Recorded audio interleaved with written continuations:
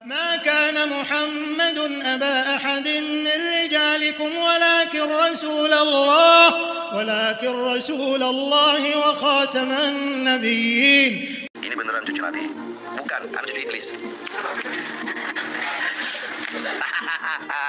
Ini sekarang yang ngaku-ngaku Habib, ngaku-ngaku keturunan Rasulullah luar biasa banyak. Karena di dalam tubuh kami mengalir darah suci kakek kami Rasulullah. Tapi saya minta mereka verifikasi, buktikan nasabnya itu benar. Tapi saya, Bahar bin Smith adalah salah satu Habib.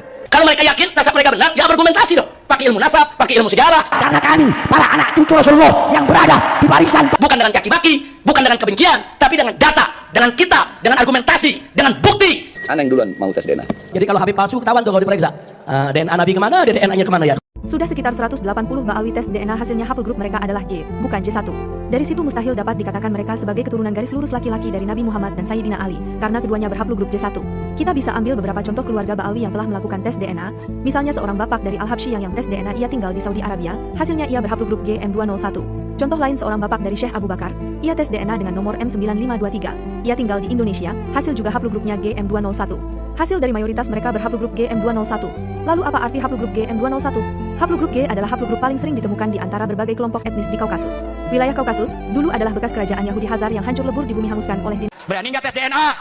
Berani nggak tes DNA? Berani nggak tes DNA?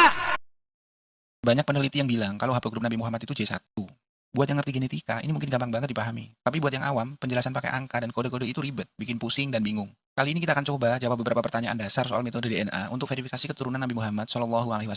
Nabi Muhammad hidup sekitar 1400 tahun lalu. Apa haplogrup J1 nggak berubah? Meski udah diwariskan sampai 40 generasi. Kromosom Y adalah salah satu dari 2 kromosom seks pada manusia yang cuma dimiliki laki-laki. Beda sama perempuan yang punya 2 kromosom X atau XX. Laki-laki punya 1 kromosom X dan 1 kromosom Y atau XY. Kromosom Y ini diwarisin dari ayah ke anak laki-lakinya. Jadi tiap anak laki-laki dapat kromosom Y dari ayahnya dan kromosom X dari ibunya. Kromosom Y punya sedikit banget variasi atau perubahan dibandingin kromosom lainnya. Ini bikin dia sangat stabil dan hampir nggak berubah dari generasi ke generasi. Kalaupun ada mutasi SNP, mereka cuma ngebentuk subkelompok baru kayak J1A atau J2B dan tetap berada dalam haplogrup J. Artinya, nggak bakal tiba-tiba dari J berubah jadi G atau yang lainnya yang jelas-jelas beda jalur evolusi dan mutasinya.